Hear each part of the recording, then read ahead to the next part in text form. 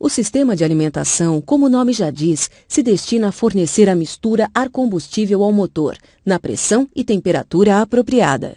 O sistema de alimentação completo é constituído de 3 partes: o sistema de indução, o de superalimentação e o de formação de mistura.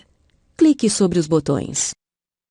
O sistema de indução é o conjunto que admite o ar que irá formar a mistura ar-combustível.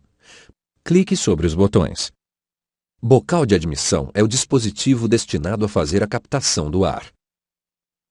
O filtro de ar tem a finalidade de reter as impurezas do ar.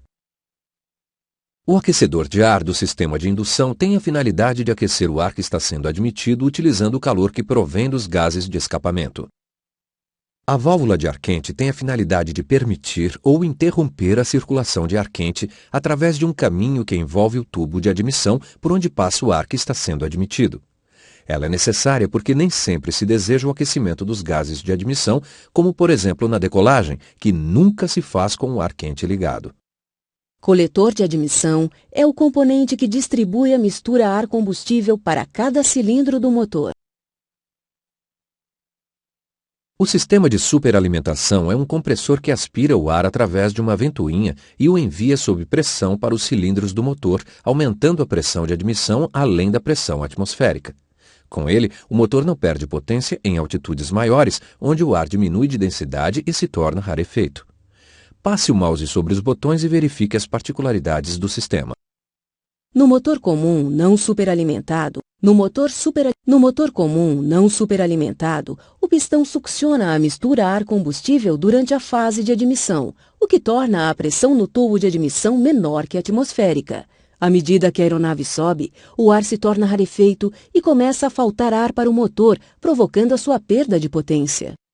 No motor superalimentado, a falta de ar decorrente da rarefação é suprida pela ação do compressor fornecendo a quantidade de ar que o motor necessita, fazendo com que ele só vá começar a perder potência em altitudes bem maiores, quando faltará ar também para o compressor. As aeronaves de pequeno porte não utilizam motores superalimentados. A maioria dos compressores de superalimentação é do tipo centrífugo. A ventoinha gira em velocidades altíssimas, conseguindo captar bastante ar que é fornecido sob pressão ao motor. Os compressores podem ser acionados pelo eixo de manivelas, que através de dispositivos de engrenagens fazem aumentar ainda mais a sua rotação.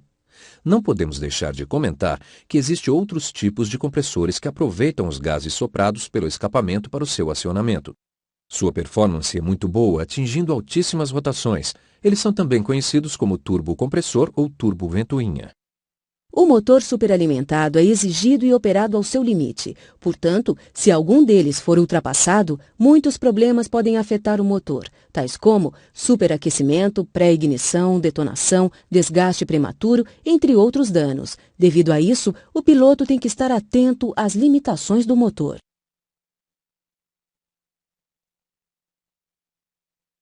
O sistema de formação de mistura é quem faz a mistura ar-combustível. Basicamente, são 3 os sistemas de formação de mistura: carburação, injeção direta e injeção indireta. Clique sobre os botões. O carburador é o dispositivo mais comum do sistema de formação de mistura. Existem os carburadores de sucção ou de pressão diferencial, onde a gasolina é succionada pelo fluxo de ar formado pela rarefação provocada pelo cilindro na fase de admissão do motor. Há também os carburadores de injeção, onde o combustível é injetado sob pressão e pulverizado no fluxo de ar. No sistema de injeção indireta, o combustível passa inicialmente por uma unidade controladora que efetua a dosagem de combustível e o distribui para cada bico injetor, que o pulveriza no fluxo de ar que será admitido no cilindro. Portanto, o cilindro recebe a mistura ar-combustível já formada. Alguns desses sistemas não possuem a válvula distribuidora, pois o combustível é injetado e pulverizado no fluxo de ar do tubo de admissão, antes da ramificação para cada cilindro. No sistema de injeção direta, os cilindros do motor succionam apenas ar, sendo que a gasolina é injetada e pulverizada diretamente no cilindro. Portanto, a mistura ar-combustível se forma dentro do cilindro. A bomba de combustível trabalha sincronizada com a fase de admissão do motor. O carburador serve para controlar a quantidade de ar e dosar a gasolina que irá compor a mistura ar-combustível. Na formação dessa mistura, há que ser considerado o regime de funcionamento do motor, ou seja, marcha lenta, decolagem ou cruzeiro, conforme o desejo do piloto. A falta ou excesso de gasolina pode provocar a parada do motor, conforme já vimos anteriormente. Em que pese a sua popularidade, o carburador apresenta algumas restrições, tais como distribuição desigual da mistura ar-combustível a cada cilindro e o risco da formação de gelo no tubo de Venturi. Basicamente, o ar ao passar pelo estrangulamento do tubo de Venturi aumenta a sua velocidade, diminuindo a pressão estática. Esta depressão succiona a gasolina através do pulverizador, misturando-se com o ar, formando a mistura ar-combustível. Portanto, o carburador funciona baseado na diferença de pressão existente na cuba de nível constante de gasolina, que está submetida à pressão atmosférica, e a pressão no tubo de Venturi, menor, é claro, que a da cuba, devido à depressão formada pelo deslocamento do ar no estrangulamento do tubo. A cuba de gasolina é uma espécie de caixa de água do carburador, semelhante à que temos em casa, onde também uma boia mantém o nível de gasolina constante. A borboleta é responsável pelo controle de potência. Quando está toda aberta, o motor aspira a máxima quantidade de ar e, ao se fechar, diminui esse fluxo. A borboleta está ligada à manete de aceleração, onde o piloto comanda a potência desejada no motor. O mecanismo de borboleta é utilizado em todos os sistemas de formação de mistura para controlar o fluxo de ar de admissão, tanto na carburação quanto na injeção direta ou indireta, variando somente o controle de combustível conforme o sistema. É uma peça que contém um orifício calibrado que se destina a dosar a quantidade de combustível que vai para o pulverizador principal. A bitola deste orifício é estabelecida pelo fabricante do motor. Se diminuir o orifício, a mistura torna-se pobre. Quando a borboleta está quase fechada, ou seja, na posição de marcha lenta, o fluxo de ar no tubo de Venturi cai muito e a gasolina não consegue mais ser succionada pelo pulverizador principal. É aí que entra em ação o pulverizador de marcha lenta, valendo-se da sucção formada pela pequena abertura deixada entre a borboleta, que não chegou a se fechar totalmente, e o tubo. A ajustagem do ponto máximo de fechamento da borboleta e do orifício de dosagem de combustível de marcha lenta podem ser feitos pelo mecânico durante a regulagem do motor. Quando a borboleta se abre e o motor é acelerado, o fluxo de ar aumenta consideravelmente, mas a gasolina demora um pouco até chegar a subir pelo pulverizador. Neste momento, para compensar o atraso, a bomba de aceleração ou válvula de aceleração rápida injeta uma quantidade adicional de gasolina à medida que a borboleta está sendo aberta.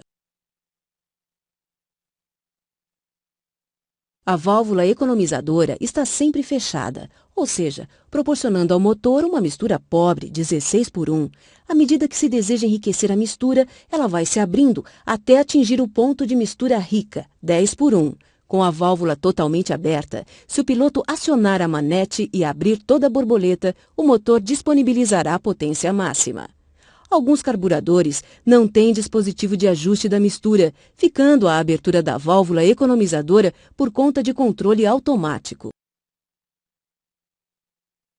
Quando ocorre a diminuição da densidade do ar, a mistura que permanece com a mesma quantidade de combustível vai se tornando cada vez mais rica.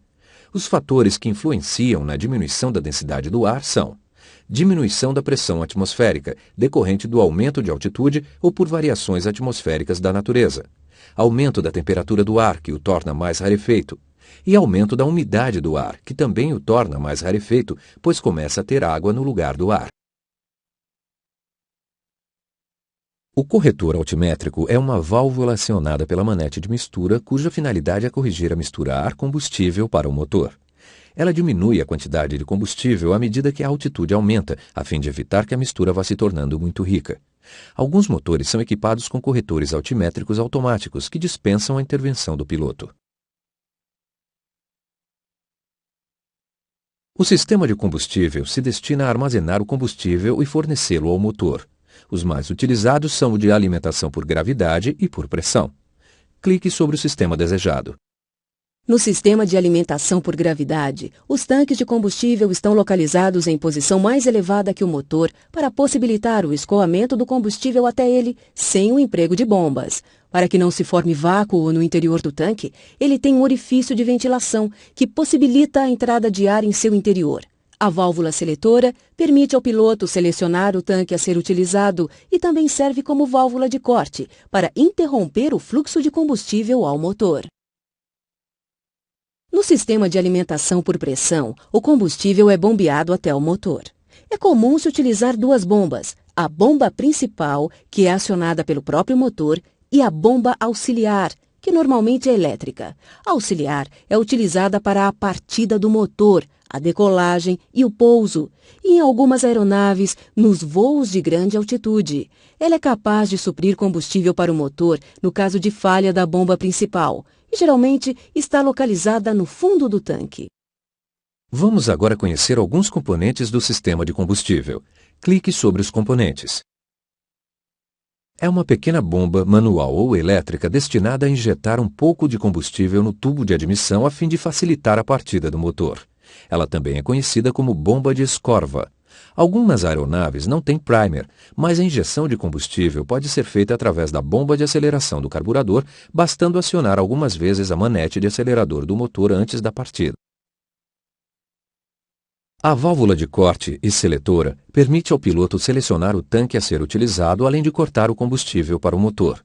Num avião que tem um tanque em cada asa, o piloto pode, por meio desta válvula, selecionar o tanque esquerdo, direito ou ambos, além da posição desligado, o que normalmente ocorre após a parada do motor, para impedir qualquer saída de combustível dos tanques. As posições esquerdo ou direito são selecionadas quando aquele lado da aeronave está mais pesado, visto que, com o consumo de combustível, se estabelece o equilíbrio. Há uma seletora para cada motor da aeronave, e se pode fazer a alimentação cruzada conhecida como cross-feed, ou seja, alimentar o motor direito com o tanque esquerdo e vice-versa, conforme desejado. O filtro serve para reter impurezas do combustível, normalmente através de finas telas ou outro elemento filtrante. Alguns filtros são transparentes para se verificar a existência de impurezas ou água. Eles normalmente estão localizados em pontos de fácil acesso abaixo do motor e permitem a retirada de combustível para verificação. Com os tanques incompletos, pode haver condensação de umidade em seu interior, originando água no fundo do mesmo. Por isso, eles possuem dispositivos de drenagem nos pontos mais baixos para a remoção de qualquer resíduo de água. Além disso, durante o abastecimento em aeródromos sem bombas adequadas, deve-se utilizar um funil com pele de camurça curtida, que tem a propriedade de reter a água, deixando passar a gasolina. Drenar os tanques antes da partida do motor, em especial no primeiro voo do dia, é indispensável para a segurança do voo. O combustível é essencial para o funcionamento dos motores. Normalmente, a gasolina é empregada nos motores a pistão e a querosene nos motores a reação, havendo, contudo, algumas exceções, pois há motores a pistão que utilizam combustíveis vegetais, como, por exemplo, o álcool. Clique sobre as propriedades da gasolina para conhecê-las e no botão para saber como são obtidos os combustíveis minerais derivados do petróleo. Poder calorífico é a quantidade de calor liberada pela queima de uma determinada massa de combustível. Geralmente, usa-se 1 kg ou 1 libra. Dos combustíveis líquidos conhecidos, a gasolina é um dos que possui maior poder calorífico. Volatilidade é a propriedade de um líquido se gaseificar. A gasolina é mistura composta, rica em hidrocarbonetos, cadeia orgânica constituída de carbono e hidrogênio, alguns deles altamente voláteis, o que facilita a partida do motor mesmo a baixas temperaturas. Poder antidetonante é a propriedade da gasolina de resistir à detonação, ou seja, de não explodir de uma só vez, instantaneamente, como uma bomba. Os combustíveis de aviação são obtidos através da destilação. Na destilação, o petróleo é aquecido, liberando vapores que se condensam devido ao resfriamento, tornando-se líquidos. Inicialmente surgem os mais voláteis, como o éter, a gasolina de aviação e a gasolina comum, e posteriormente os menos voláteis, como o querosene, o óleo diesel, os óleos lubrificantes e outros subprodutos. No motor a pistão, a queima da gasolina pode ocorrer em 3 situações distintas, uma desejável e 2 não. Vamos, clique sobre elas. Na combustão normal, a centelha da vela dá início à queima da mistura que se propaga dentro do cilindro de maneira rápida e uniforme. Para que haja um maior aproveitamento da energia impulsiva da queima dos gases, a ignição deve ocorrer no momento apropriado. Na pré-ignição, como o próprio nome sugere, a ignição ocorre prematuramente, embora a combustão seja normal. Isso acontece devido à existência de um ponto quente no interior do cilindro, que pode ser a própria vela superaquecida ou uma carbonização, que é uma espécie de borra de carvão incandescente acumulada na cabeça do pistão ou na câmara de combustão. Com a combustão fora de sincronismo com o pistão, a energia impulsiva acaba por prejudicar o funcionamento do motor, que superaquece e tem queda de rendimento. Na detonação, a combustão não ocorre de forma gradual e progressiva, mas sim instantaneamente, como uma explosão, liberando muita energia térmica em detrimento da potência mecânica.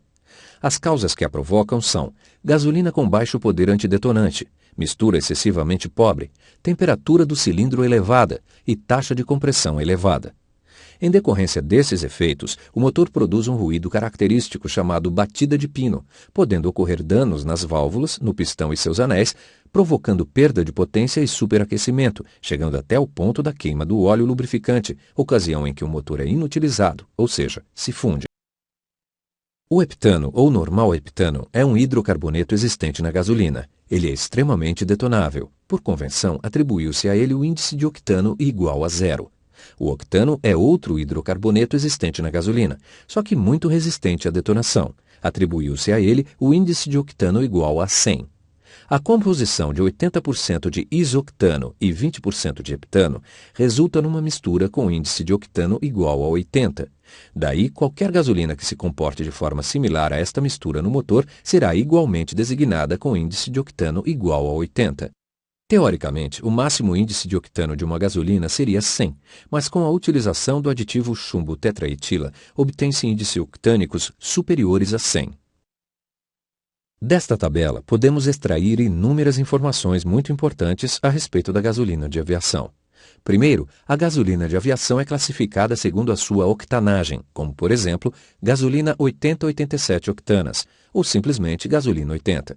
Ela também pode ser identificada pela sua coloração, que é obtida pela adição de um corante, tornando-a vermelha, azul, verde ou púrpura, conforme o seu tipo.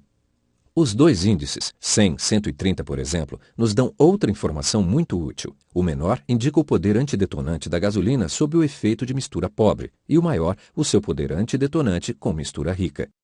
O motor nunca deve usar gasolina com octanagem abaixo da prevista pelo fabricante, pois ficará sujeito a detonação, superaquecimento e outros efeitos indesejáveis. Contudo, pode usar, numa situação de emergência, octanagem acima da especificada. Se o uso for muito prolongado ou frequente, haverá acúmulo de chumbo nas velas e falha na ignição, bem como corrosão em algumas peças do motor.